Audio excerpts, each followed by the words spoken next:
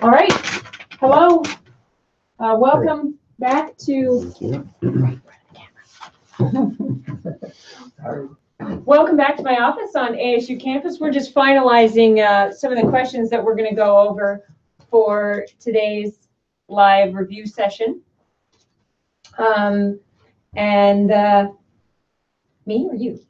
You. So Jose Mendez is going to start us off by just going over we're going to go over some of the questions and type of the questions or topics that were frequently missed on the quiz. Since we didn't get any submitted questions to the discussion board, we are going to pick what we think may be challenging concepts. Okay, so like I did last time, I'm going to focus on how to apply the supply and demand model in terms of what happens when a country sets a tariff. We want to understand what the consequences of that are in terms of the what we call the distributional effects, how our producers impacted, how our consumers. And so we looked at the quiz questions, and I noticed that the two questions that were most frequently that you tended not to find the correct answer are the ones on the applications. So I'm going to set up the diagram, and then I'll do the calculations for you. So here's the diagram, and I'm going to be looking at this time because last time I made it a little bit too small. So here's going to be it's going to be a supply and demand diagram of a small country that's engaged in international trade and is importing. So as we know, here's the price. Is going to be the price axis, the quantity axis. Here's the supply curve, the domestic supply curve. Here's the domestic demand curve. And then since it's a small country, we know that the world supply of this product is going to be a straight line like this, indicating it's infinitely elastic. And so, it's going to, the world price in this particular instance is going to be $3. Okay. So at a price of $3 and with free trade, the quantity supplied by domestic producers, and I'm going to put the number that's used in the problem, is 30 units. So domestic producers at a price of $3 produce 30 units. The quantity demanded at a price of $3 is 84 units. So the difference between the quantity demanded and the quantity supplied, of course, are imports under free trade. So this distance represents imports, the volume of imports. All right, so in this problem, we asked, well, what if this country wants to protect domestic producers and decides to apply a tariff of $1? So what happens? Well, we know that applying the tariff of $1 is going to raise, we're going to have a new price curve, and the price of the imported product is now going to be $3 plus the $1 tax, and so it's going to jump up to $4. So we'll now have a new horizontal curve that looks like this, and it's going to be the world price of $3 plus the tariff amount, which is $1. That's the world price plus the tariff amount. Now, the numbers that we have for this are clearly now, since domestic producers are protected by the tariff and can start raising their price, and as they raise their price, and in turn they also respond to the higher price, they're going to produce more, and so output expands for them to 46. So now they're producing an additional 16 units in response to implementing the tariff. The higher price, though, is going to cause domestic consumers to cut back on their purchases of this product, and I believe the product was basketballs. And so they're going to cut back, and the new quantity demanded is going to be 72. Okay. So you as an economist would be able to make these calculations, that is, get this data, you have this data available, and you can figure out then what the distributional effects are. So the first one we're going to calculate, and I'm going to erase the term basketballs because we want to have some room, is we're going to calculate what happens to producer surplus as a consequence of the implementing the tariff. And that was one of the problems that was frequently missed. What happens to producer surplus as a consequence of the government setting a $1 tariff on imports? Well, if you look here at the diagram, this area, this triangle right here, represents the initial amount of producer surplus that producers received prior to the implementation of the tariff, that is under free trade. This was the extent or the quantity of producer surplus.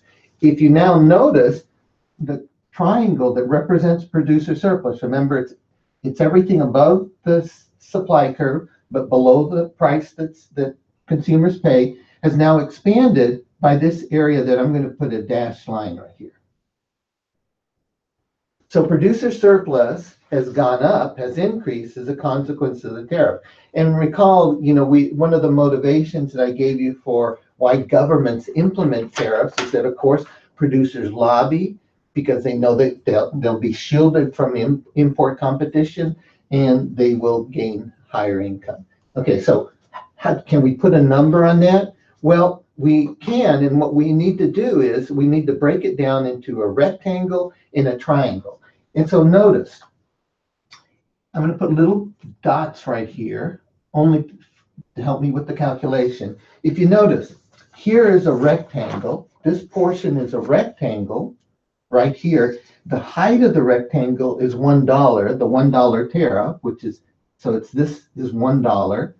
The width of the rectangle is from here to here. Well, what distance is that?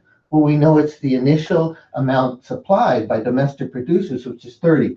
So this rectangle is the area that is $1 times the initial amount of domestic production, which is 30.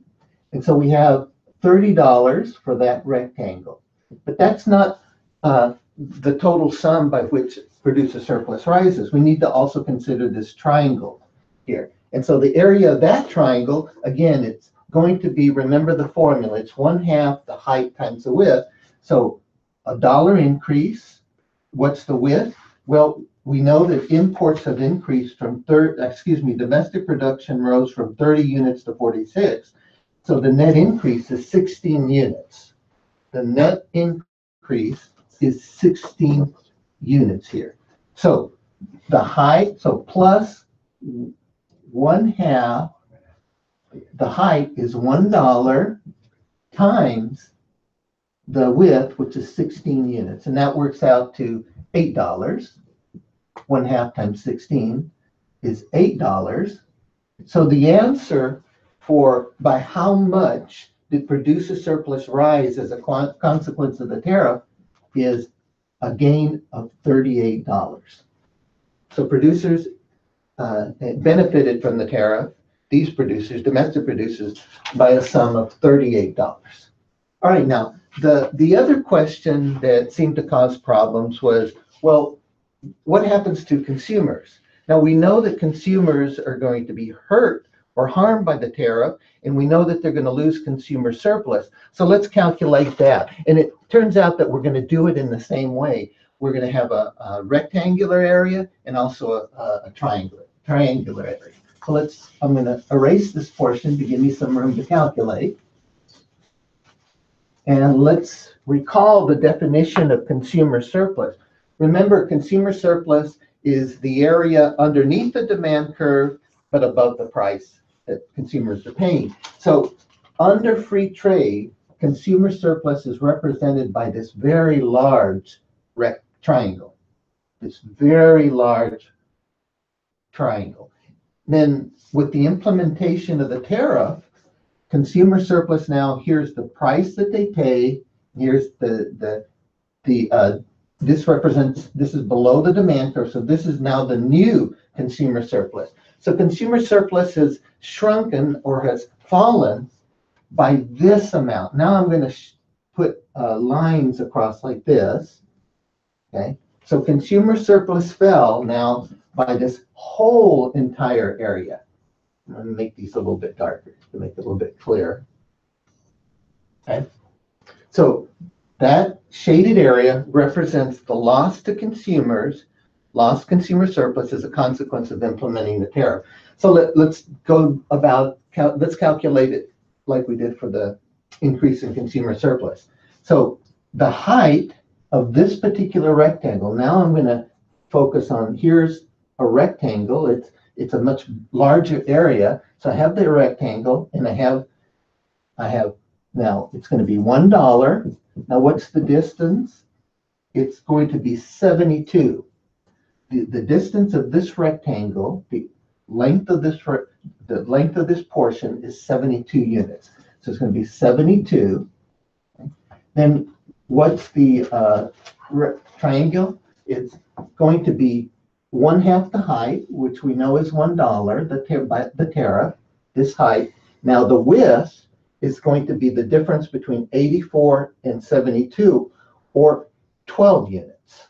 Okay, the width is 12 units, so multiplying it by 12,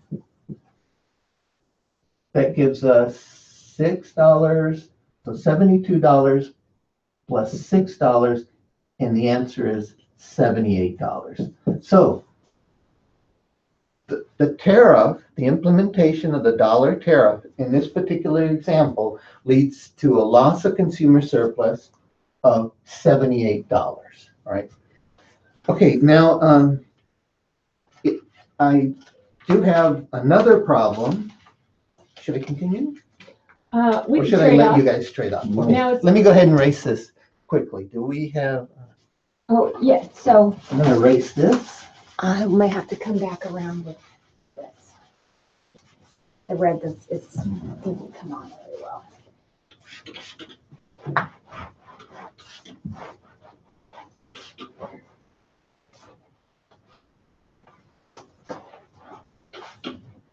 I'll put the red pen away. Yeah, the whiteboard is wonderful, but this is one of the problems, especially using the red one. We'll put the red one away.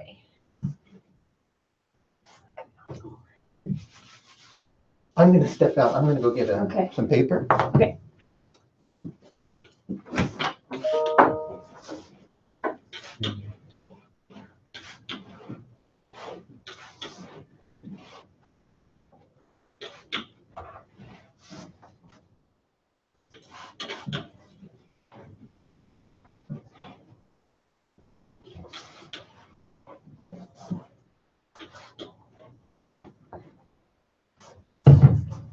All right, so what I'm going to talk about is the short run and the long run. So some of the quiz questions that were missed had to do with how firms will behave in the short run in a perfectly competitive market, or if we're thinking about costs in the long run versus the short run. So let's review our short run cost curves. So I'm going to go back to the example where we're talking about a firm that produces t-shirts and a firm that produces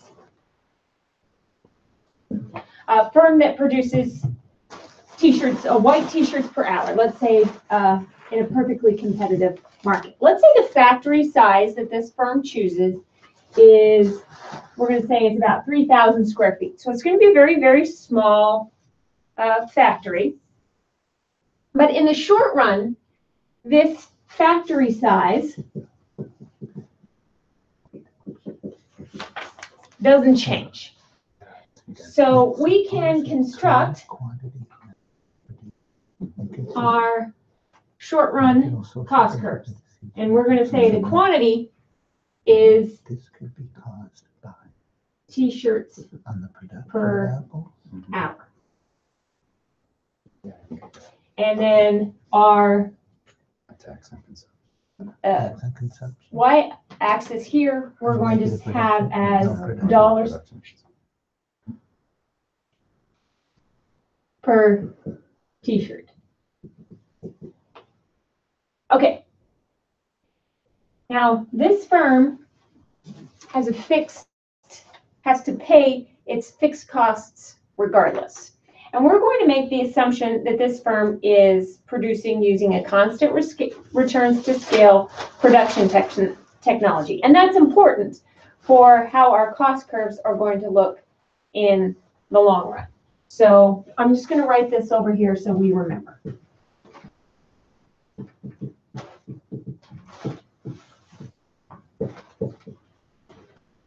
So we have a constant returns to scale production technology. But our factory is fixed in the short run. So that means that if our, let's say we're starting down here at 1 t-shirt per hour, and we want to move from producing 1 t-shirt per hour, which maybe let's say that this costs our producers 50 cents to produce.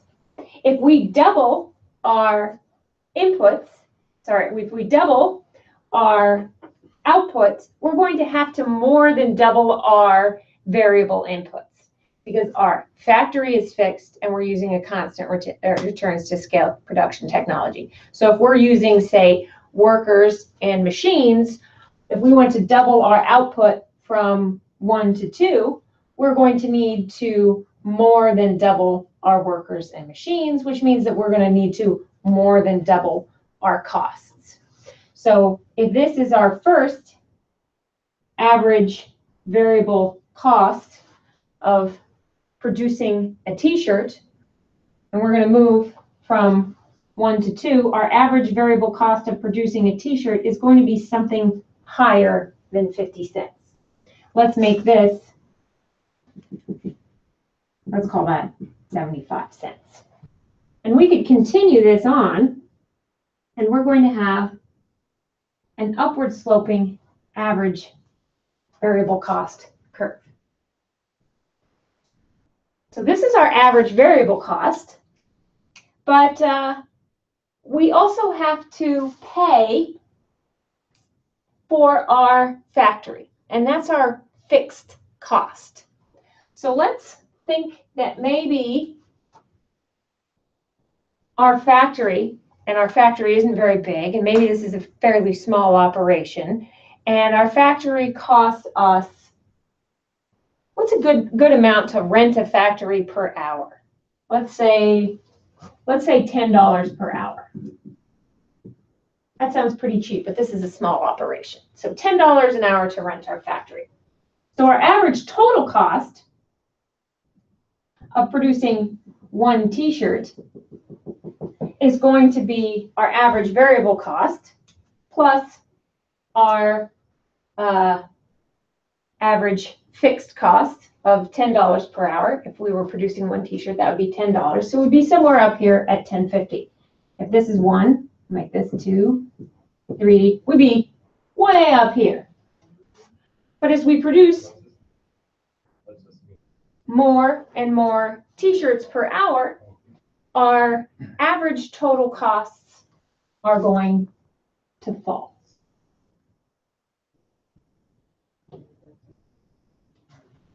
Now, if you remember from our live session last time, I went through the whole process of how we calculate costs.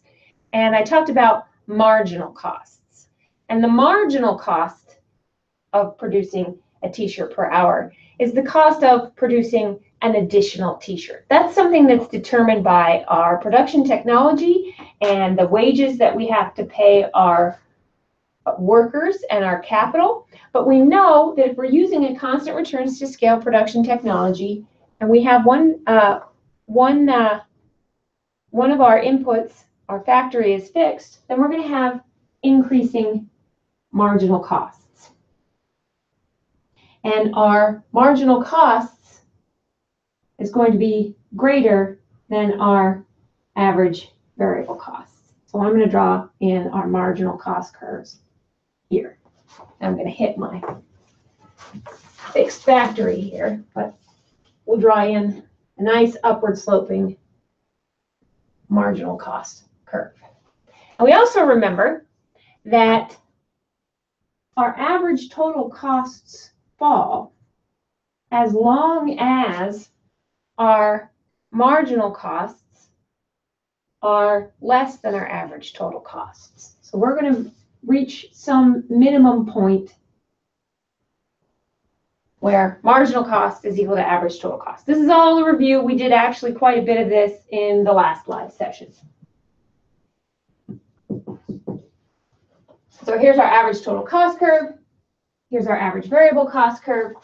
And it looks like the minimum that we can produce a t-shirt per hour is $2.50. And that occurs at about, looks like 4 t-shirts per hour.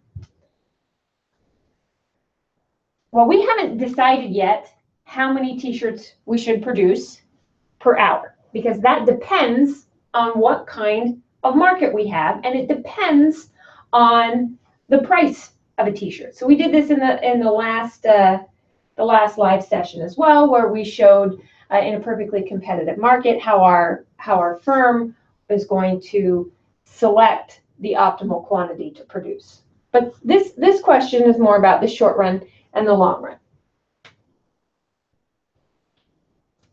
What we want to think about is, let's suppose that our firm decides that it wants to produce 6 t-shirts per hour.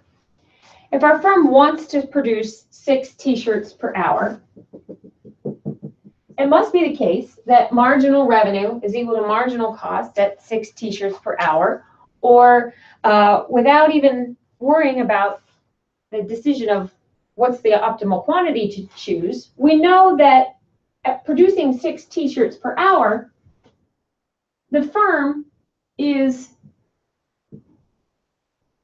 producing t-shirts, it looks like, at a cost of $3 a shirt per hour.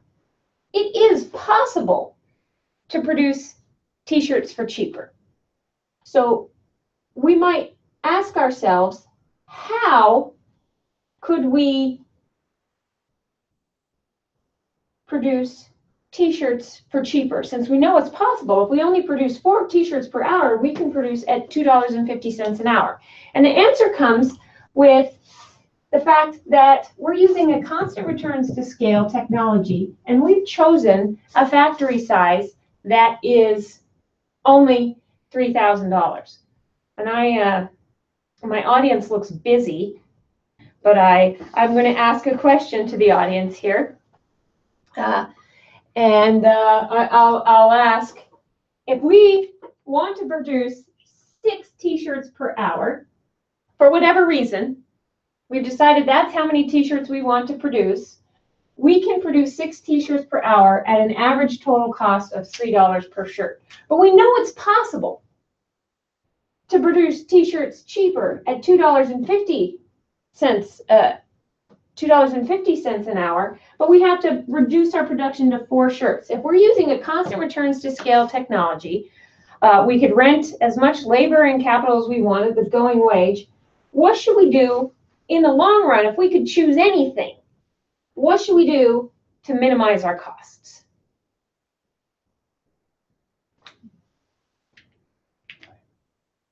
Should we get a bigger factory or should we get a smaller factory? A smaller factory, that's what I say. A smaller factory. Well, don't we want to, if we want to produce more, we want to produce at a minimum total cost. We want to enter the market, right? We want to enter as a bigger factory, right? No? Doesn't make sense? For the long run, you'd want to increase the size of the factory. You would want to increase capacity, wouldn't we? Yeah. Yeah? Doesn't make, oh well. I hope it would make sense if you had been following the whole thing. Okay. Well, I hope it makes sense to you who are listening. You're a tough professor. I'm a tough professor. I'm putting people on the spot. We could choose whatever we wanted. So another way of thinking about it is, I could have drawn, and this is the question that was in the homework. I could have drawn, and I'm going to use not the red one. I'm going to use black and green. Unfortunately, it's not easy to differentiate. I'm going to erase the average variable cost, because in the long run, we're only concerned about average total cost. So instead, this is the average total cost curve in the short run if our factory is a size of 3,000. If our factory was a little bit bigger, we would have to pay more fixed costs, we would assume. We don't have a dollar value for that, but we know we'd have to pay more fixed costs. But we have a constant returns to scale production technology. And so our average total cost of maybe a T,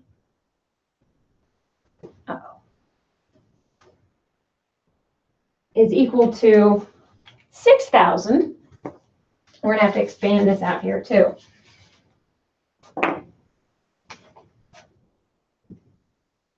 If we double all of our inputs, we double our outputs. Here is, Wouldn't it be 8 though? yes, The minimum? 5, 6, 7, 8. Our minimum would be right here. And so we would have an average total cost curve that would look like this.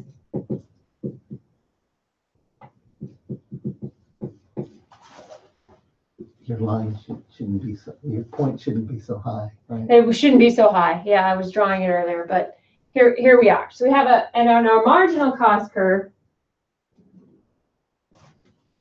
the mathematician here is probably very upset, but it looks something like that. So we reach our minimum. We've doubled our output. We've doubled our inputs. We've doubled our output, and our average total costs haven't changed. So if we could put in another one, and we're going to put this in at T is equal to 4,500, halfway between the two. And so our minimum is happening between 4 and 6, about here. No, 4 and 8. Between 4 and 8. So 4 and 8. So it adds 6. Yeah, Yeah. thanks, guys. That's why I have help. We're not as bad as we thought. Do you want us to draw it for you too? Yes, there we go. So if we had decided that we wanted to produce, for some reason, 6 t-shirts per hour, we should choose a factory size that is 4,500 that allows us to minimize our costs. All right, I'm getting the thumbs up from the expert here. No.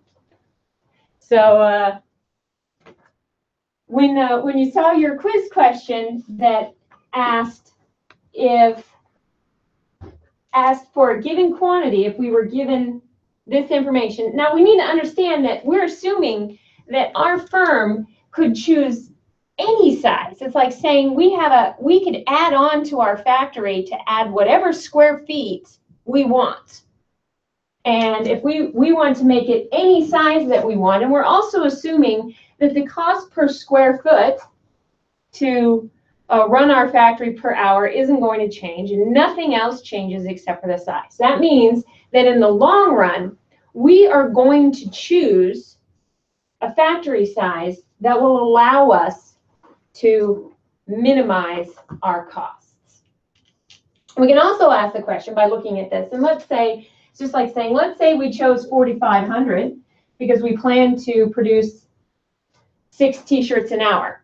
If something changed and it became optimal to produce 7 t-shirts per hour, then for a short period of time, we'll be producing at some cost that's higher than the minimum average total cost. And that may be our best decision in the short run, but if we're allowed to vary the size of our factory, we're always going to choose to produce at the minimum average total cost. Okay, that is the material that I will cover, and now I'll turn it over to Fernando. Okay. It's okay. Is this Thank you.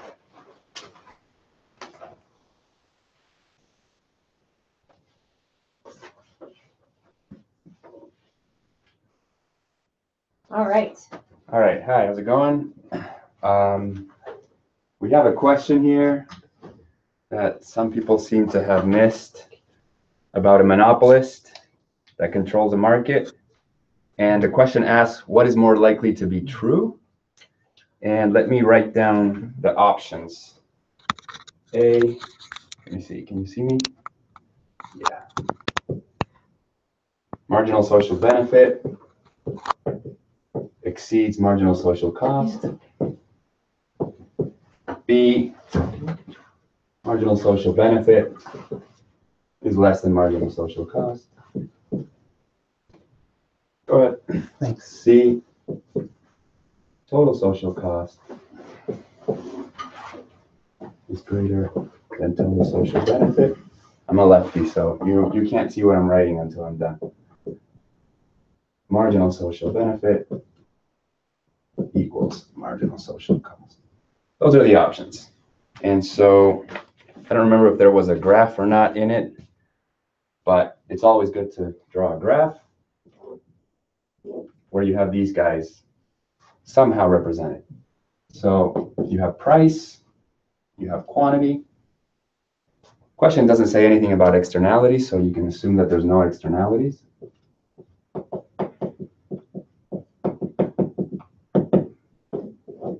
We're not trying to get you on any of that stuff. If it doesn't say anything, just assume that it's not there. And so if there's no externalities, then marginal social benefit is marginal private benefit. And marginal social cost is marginal private cost. All right, so you know that. How do you capture marginal social benefit? By reinterpreting the demand curve as willingness to pay.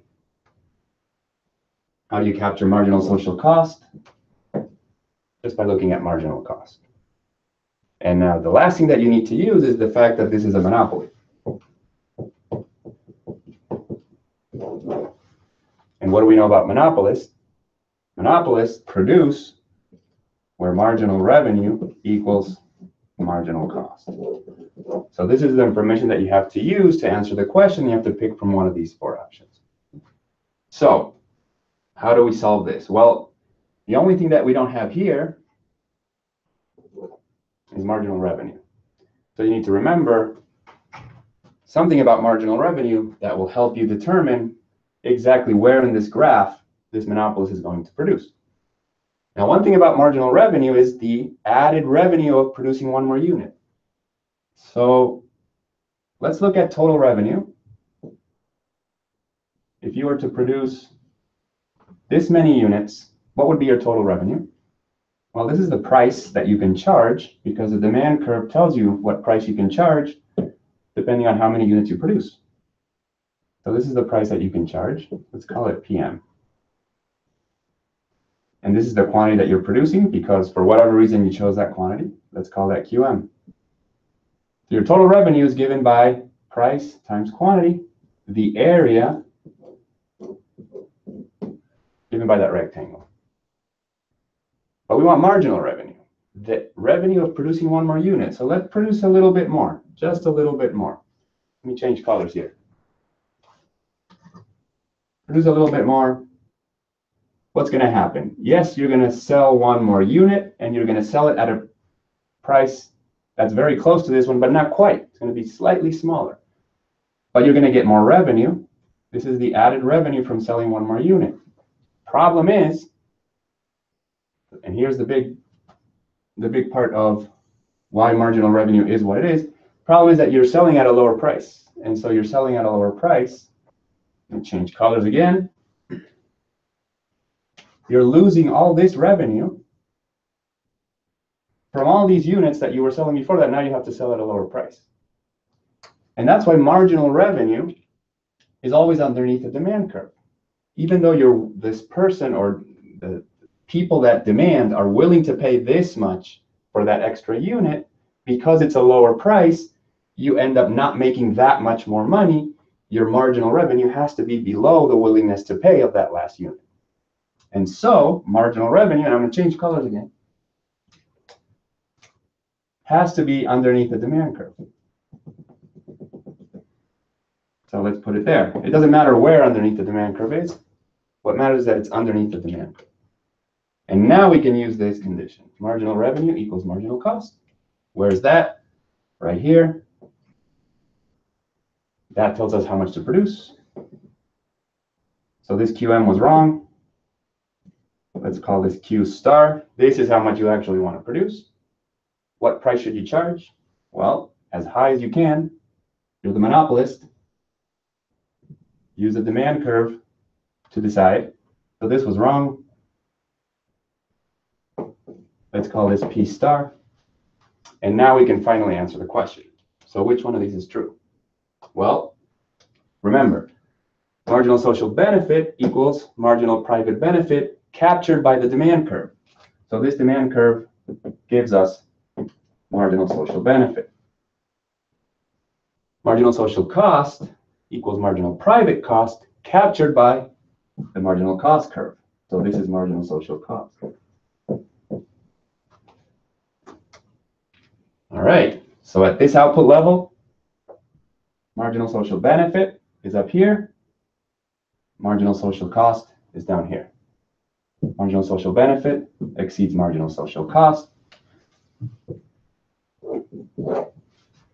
That's your right answer.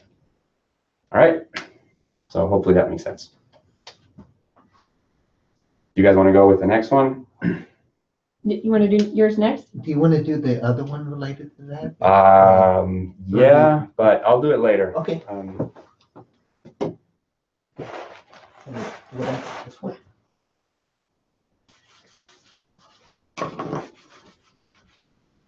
All right. Good. I'll switch over here. Okay.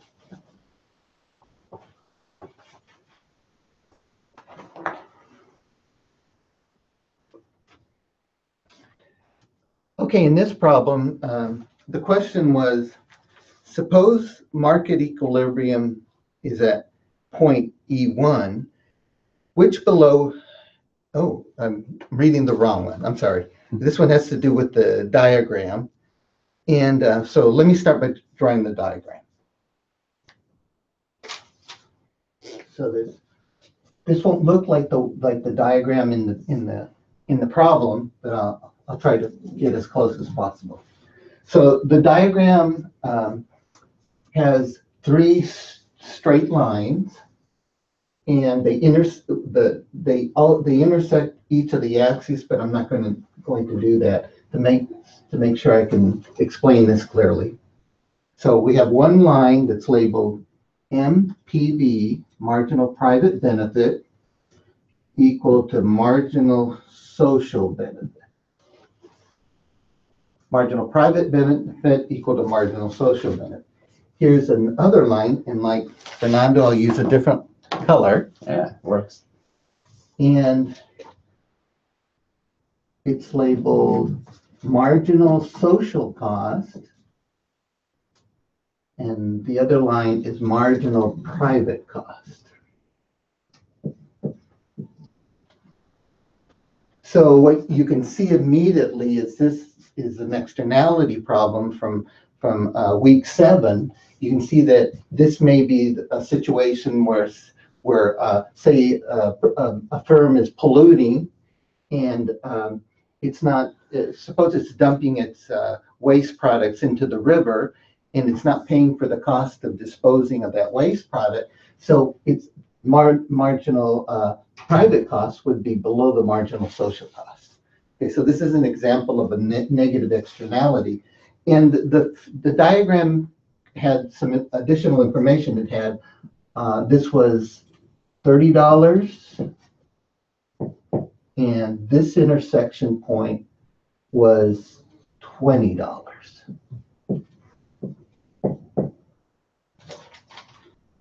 And so in the diagram, the question asked if the market were left alone and there was no government intervention to try to internalize the negative externality, what price would these producers, would this market, what would be the market price under these circumstances? And so your two choices were $30 and $20. The answer is $20 because that's the point where the producers who are concerned with the marginal private cost equate that to the demand curve, marginal private benefit. So the answer would have been $20 in that problem. Okay, anyone else? Is that, That's it. okay? In terms of the problems that seem to be Okay, I'll create problems. There's one more that I have. I don't know if you have any other one. I You can have do one more. Okay, you do one and then I'll be fast, because this one's fast. I won't go through the same long process. Didn't need to go do all that. So we weren't, our t-shirt firm that we were talking about before, and I didn't write down the specific numbers of the question because in this case, it doesn't really matter. It's more about reading the graphs and looking at the curves. And so we're going back to our t-shirt firm. When we were talking about the costs, we weren't necessarily talking about what kind of firm. So I'm labeling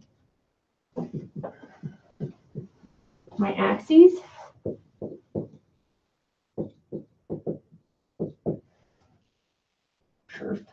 Shirt.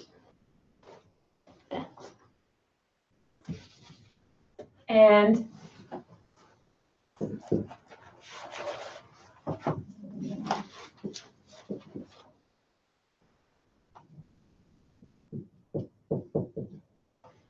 we have cost curves, and I'm omitting the average variable cost because for what we're going to do here, it's not going to matter. Now we're going to make this t-shirt firm monopolistically competitive. So this t-shirt firm is going to produce t-shirts that are similar to other t-shirts produced in the market, but they're differentiated. And so our monopolistically competitive firm is going to face a downward sloping demand curve. And just like Fernando showed in the case of a monopoly, when we have a downward sloping demand curve that the firm faces, the marginal revenue curve must be below the demand curve. So we're going to draw the marginal revenue curve. Now I'm going to switch colors here. now everybody's switching colors. Yeah, and I'm going to make sure that this firm, yes, this firm is going to be able to make some profits You want here. it to make some money. So we're going to make some profits, and our marginal revenue curve is going to look a little like something like this. It's going to be below the demand curve. So all firms, regardless if they're perfectly competitive, monopolistically competitive, or monopolies, are going to choose to produce where marginal revenue is equal to marginal cost.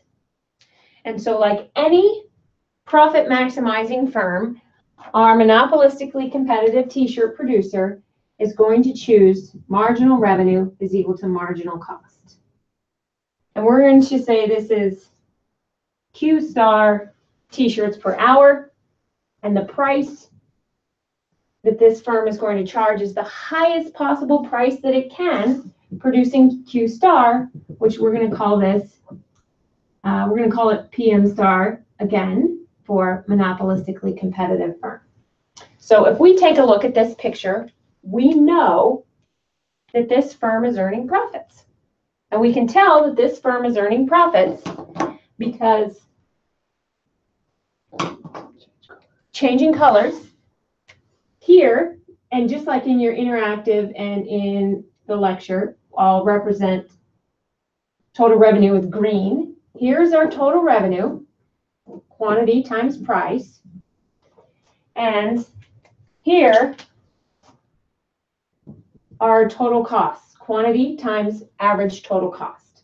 So since our total revenue exceeds total cost, our monopolistically competitive firm is earning profits. Now, you're all pretty good at this. Now, some of you had problems with the numerical calculations, but all of you are pretty good at this. Now, the problem that was frequently missed had to do with what happens in the long run. Now, if I'm producing t-shirts in my t-shirt factory, and I'm earning this nice healthy profit, Jose over here sees this nice profit that I'm earning and this, you know, above normal lifestyle that I'm living. And he says, aha, I can do the exact same thing. I'm going to make some t-shirts. I'm going to make them a little bit different, but they'll essentially be the same thing because there's opportunity in this t-shirt market. So Jose is going to enter the market, and we could draw a picture for him, and he's going to profit maximize, and he's going to produce. But his entering this market and other t-shirt producers seeing this profits is going to alter the demand curve that I face. I have competition. Even though my product is still differentiated slightly, I face competition. So my demand curve is not going to stay the same. So for my audience here, what's going to happen to it? It's going to shift down. And if my demand curve shifts down, so does my marginal revenue curve. It's going to flatten out too, isn't it? Yep. Isn't it, gentlemen? Because now there are more shirts, and it's harder for people to tell the difference between them. So my demand curve is going to shift down, and it's going to rotate. It's going to be less steep. It's going to be less steep, and it's going to get a little bit flatter. And now I'm going to erase the old demand curve because this is the demand curve that I face. And I'm hoping I drew this the way that I want to.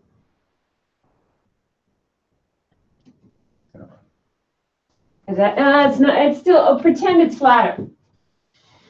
Pretend it's even flatter, or maybe I'll. Did you erase that one? And nobody knows. All right, nobody knows. Nobody remembers the slope of this old demand curve. And then this marginal revenue curve that I drew before, and my total revenue and all this stuff isn't relevant because I have competition with Jose and whoever else decided to produce t-shirts.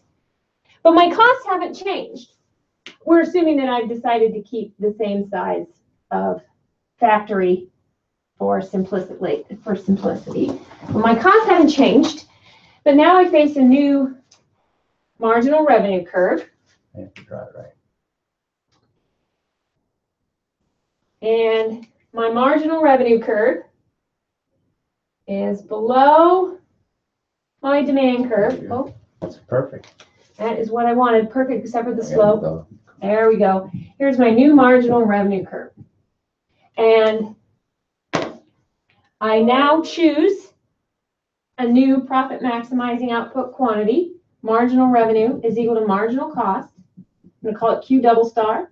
I'm going to charge the highest price I possibly can. I'm going to call that P double star. And what we find is I am going to end up producing fewer t-shirts, and I'm going to charge a lower price for them because there's more t-shirts to choose from. Now let's take a look at this picture. If we take a look at this picture here, I am no longer earning profits. My total revenue, price times quantity,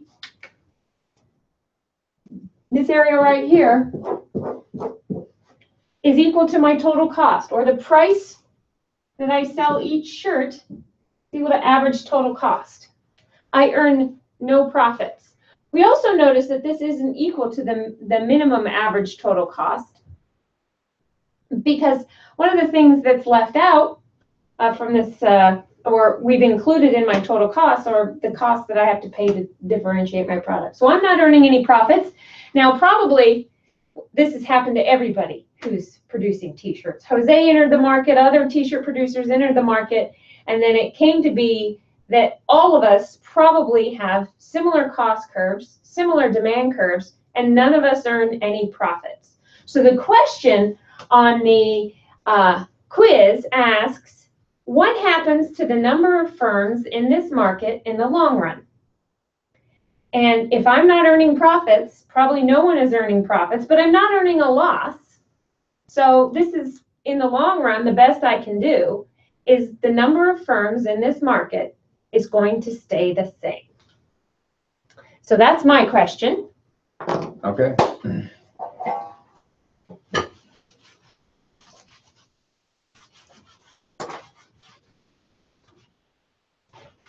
And Fernando? All right.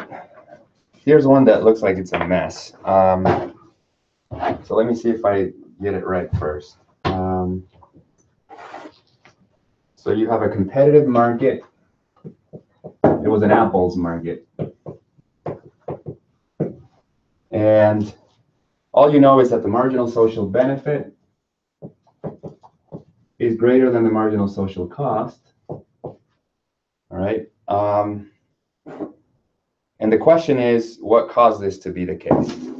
And so what are the options? Maybe, Jose, you can tell me if my options are the right ones because you wrote that. A subsidy on the production of apples. Yes. A tax Production of apples. on consumption of on the consumption of apples. A tax on consumption.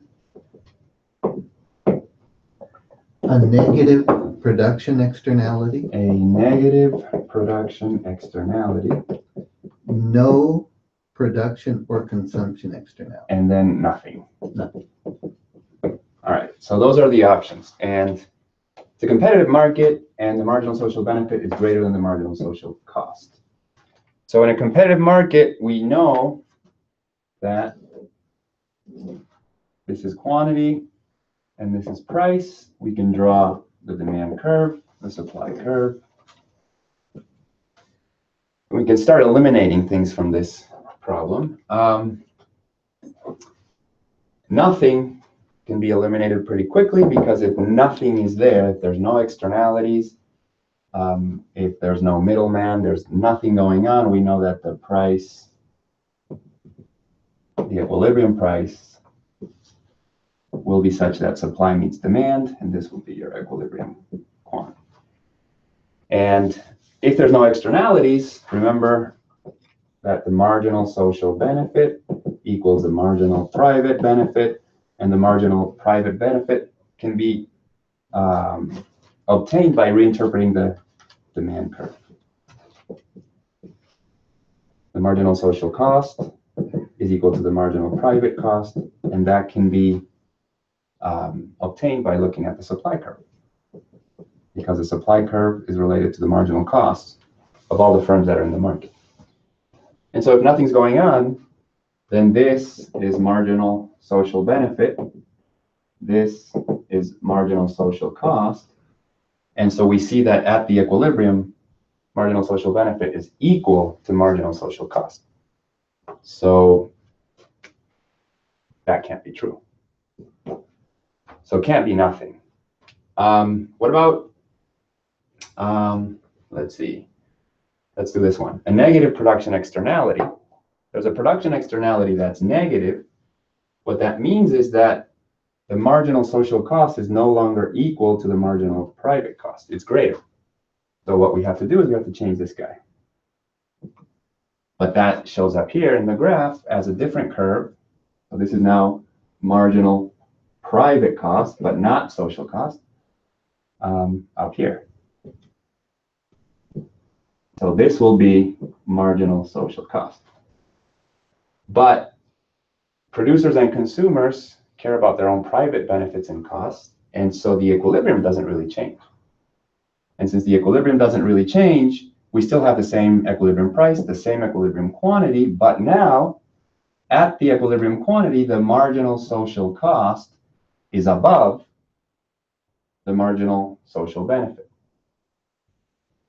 which is not this case. And so again, we can't have a negative production externality be the answer to the question. And so we're left with the following two: a subsidy on production or a tax on consumption. Which one is it? In both these cases, we're not saying anything about externalities, so we have to go back to not having externalities. So let's do that. If we don't have externalities, we have to make this equal again, which means we have to erase this that's up here. All right, so we're back to this guy. But if we subsidize production, now we have to be careful because our supply curve and our demand curve are talking about different things. The supply curve will refer to, so let me erase this for a little bit, the supply that you get as a result of the price that the firms are obtaining for selling their product. And the demand curve is the demand that you get, or that consumers, the willingness to pay for consumers, but as it depends on the price that consumers actually pay. And if there's a subsidy on production, then the price that firms get will be equal to the price that consumers pay plus whatever the subsidy is.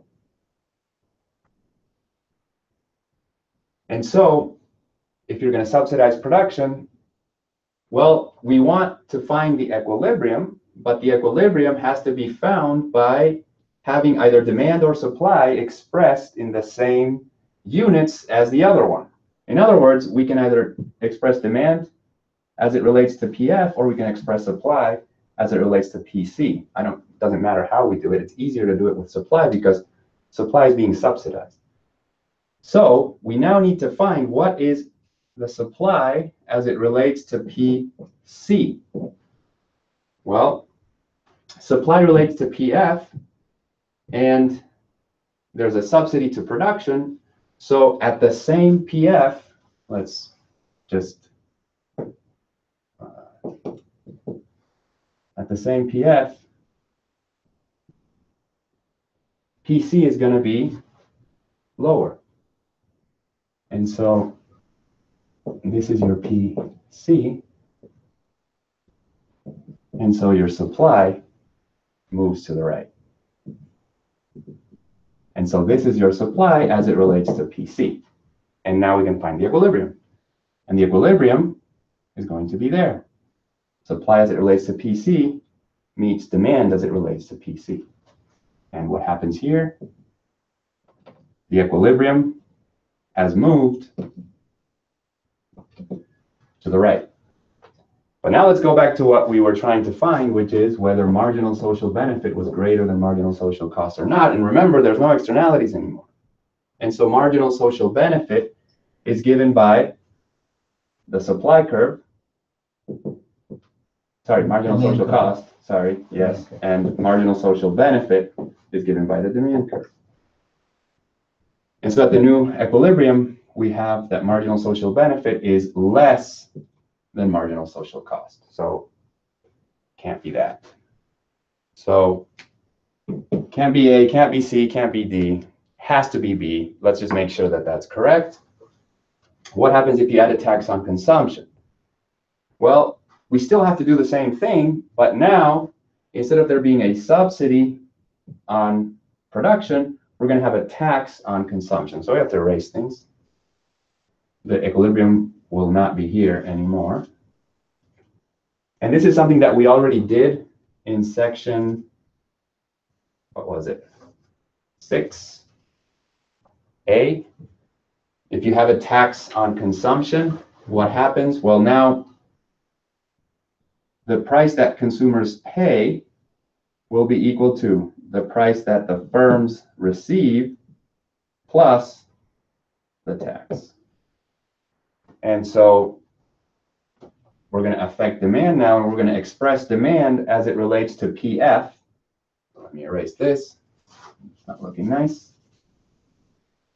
And instead of PF being above PC, what we're going to have now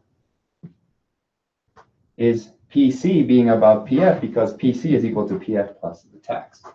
And so if this is PC, then this will be PF. And so if this is how much you demand at price PC, then that is your demand as it relates to PF, which means that the demand curve is shifting down. Demand curve shifts down. We need to find the equilibrium. How do you find the equilibrium? Your units have to be the same. So you have demand as it relates to PF, which has to meet supply as it relates to PF. That's your equilibrium point. That's your equilibrium quantity. And what happens here? Demand, the willingness to pay is above the cost of production. And remember, there's no externalities. So this is still marginal social benefit. This is still marginal social cost. marginal social benefit is exceeding marginal social cost. And so this is true, so this is true. All right, Perfect. Perfect timing. Yeah. excellent. So hopefully you're happy. Hopefully you love this course. All that's left is the final. Yeah, good luck in the final. And yeah, we were very happy to create this course for you guys. I don't know if there's anything you want to say. No, well, we recommend that you review your quizzes and your homework assignment in preparation for the final. Also, If you have questions, Yeah. be sure to post them. Post them and we'll answer. post and answer. That's what we're here for. And make sure you fill out your course evaluation. We look forward to hearing from you. It's All been right. fun. Bye. Bye.